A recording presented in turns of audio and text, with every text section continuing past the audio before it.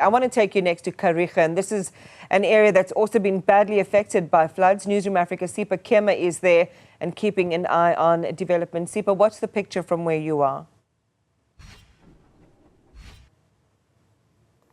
Well, Iman, of course, right now, the most important thing, of course, is relief efforts and the mop-up operations following those devastating floods that have affected over 1,100 people in the Nelson Mandela Bay, leaving them destitute, of course, accommodated in community halls and churches in various parts of the Nelson Mandela Bay Metro. The areas that were most affected, of course, the first one being Kariega, also moving on to parts of Kariega, your Boysons Park, moving to Green Bushes, also moving on to Blue Horizon Bay. But of course, in Blue Horizon Bay, mostly it was a mudslide that had closed down one of the main roads, and accessibility is a bit of an issue there. But also with the relief efforts on the ground, we know that Gift of the Givers, organizations like Gift of the Givers, have been on the round since the incident occurred and have been assisting in the various community halls and churches throughout since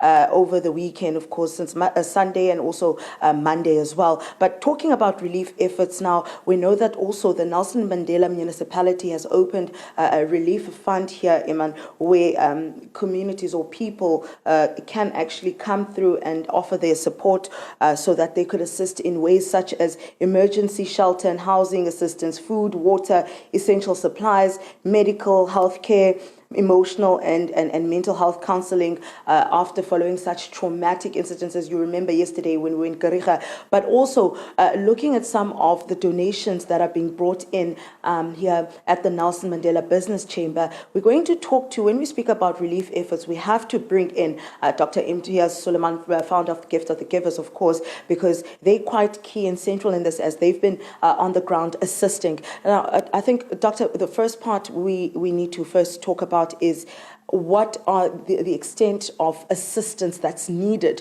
throughout the Nelson Mandela Bay, as well as actually the other parts of the Eastern Cape that are affected?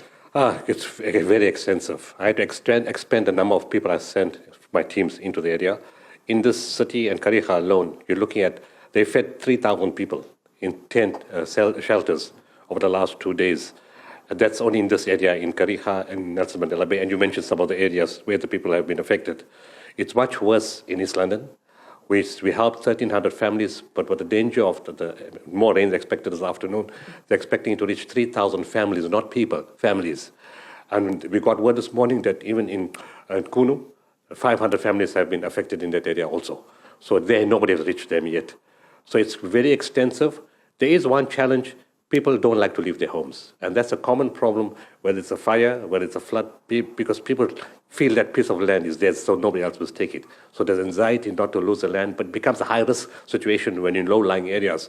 If those rubber banks burst, and there's a danger that the dam wall will also burst, the engineers are on site here in Nelson Mandela Bay to look at the dam to see how solid it is, and do we have to start evacuating people. When you're talking about people refusing to leave their communities, I mean, we've seen some of the halls that we visited just this morning, people have already left and gone back home, but most of them were actually evacuated because of that alert that was issued regarding this afternoon. In that case, what can be done, Dr. Suleiman? Because I know that Gift of the Givers was also assisting in those community halls, but now there are no people. Well, two things. One is they're going back to the home to see if they can salvage something. Secondly, some of them might be going to work. And the best way to judge this is by the evening. When the meal times are served in the evening, you'll see who comes in. But as a long-term plan, and I've mentioned this several times before, that we can use fires and floods as an opportunity to demarcate land and create informal settlement communities where we say, we've done this in Alex, near the Jacques River, where we put in 114 houses, and we made it very clear that the houses are spaced out so many meters in the width and so many meters in the length.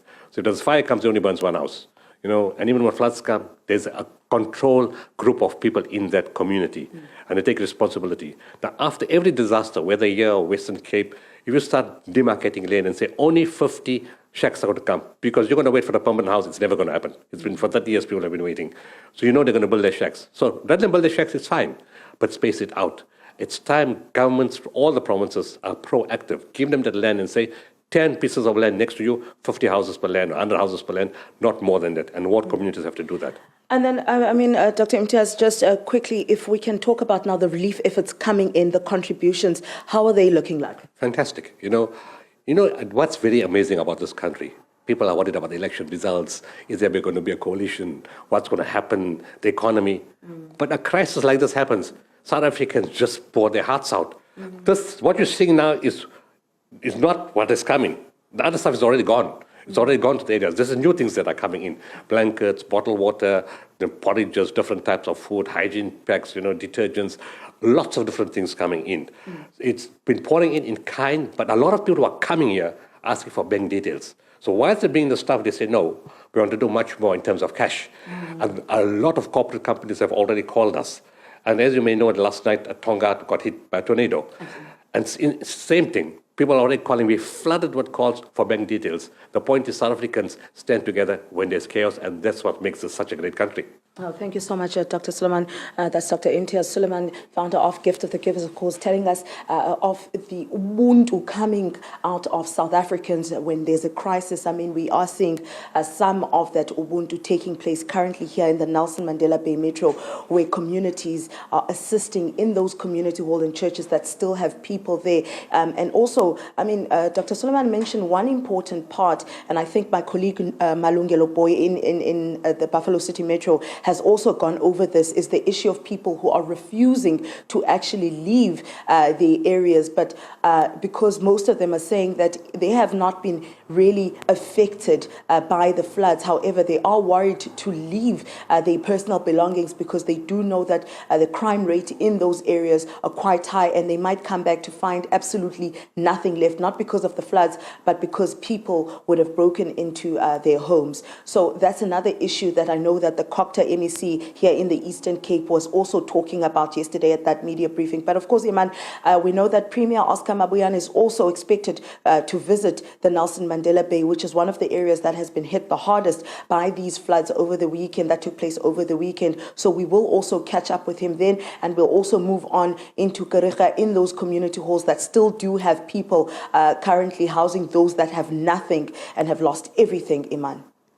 Sipha, thank you very much for that crossing. And I think what was so profound about what Dr. Imtiaz Suleiman was saying was around that ubuntu, that in so many communities that are affected, the other portion of the communities that are unaffected, and business included, and just members of civil society will come and put their shoulders to the wheel and offer support. So that's a really beautiful thing to witness, even in this moment when we're talking about the need for social cohesion. But as Sipha says, these families have lost everything, and the little that is left is now at risk of being taken away from them through the criminal element. So a really sad situation unfolding in both of those provinces, KwaZulu-Natal and in the Eastern Cape. We will keep close to that story.